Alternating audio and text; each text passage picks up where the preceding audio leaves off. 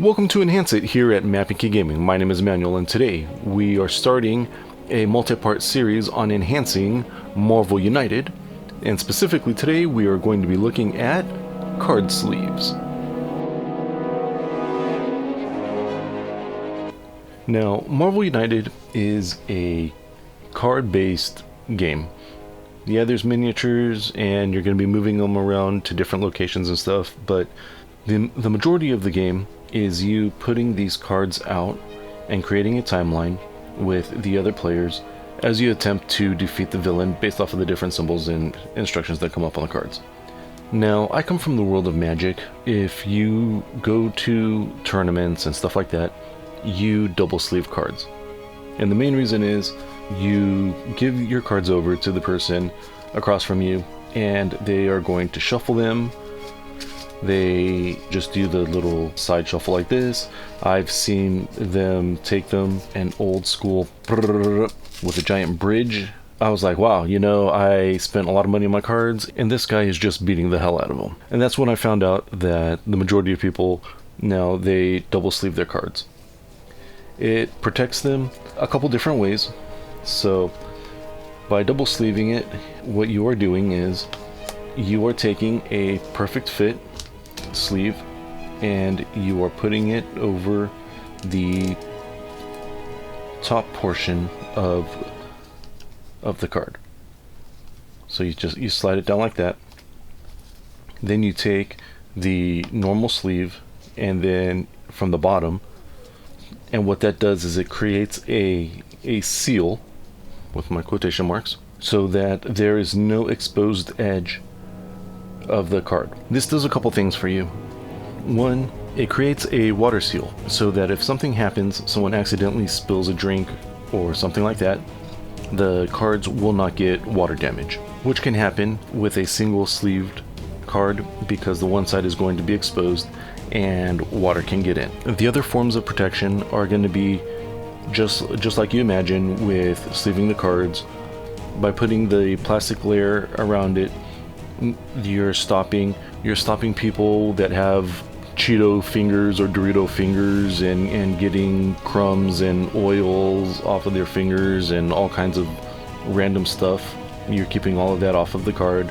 You're keeping the moisture if someone is drinking from a cup or a can or a bottle that is cold. You get moisture on the outside and that transfers to your fingers, and as you're playing, and most of the time you're trying to prevent accidents because no one goes out on purpose to destroy your cards. But I have sat there across playing a game with someone and they just sat there doing this the whole time, and even when they had two cards they just had to sit there going like this, and I was I don't know, I was getting like, whoa, calm down. Because we pay a lot of money for these games and we invest in them and we want them to last a long time, and unfortunately these are merely paper. They will split, they will lift. There is such thing as good cards because they have different types of finishes on them, but ultimately they are still cards and they are susceptible to damage. Not all cards are going to be getting the double sleeve treatment. Mainly the cards that are going to be getting the double sleeves are going to be the character cards, the heroes and the villains, because they are going to be shuffled and they're going to be out on the board. They're going to be exposed.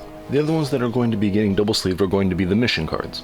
Now the mission cards are the ones that are going to be face up, where we're putting the different tokens on them. They're going to be getting pretty much bombarded with tokens every game because we are going to be filling them up. Now the other cards, the challenge cards, I am only single sleeving them with these perfect fits because they are inexpensive and it's okay.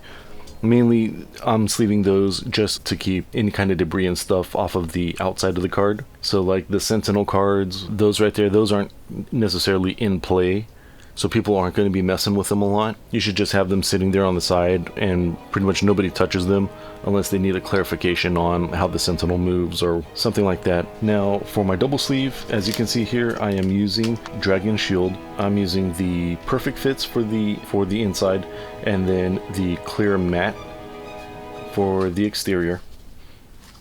The matte pertains mainly to this side here. So if you see the light there, it has a textured type of a finish here.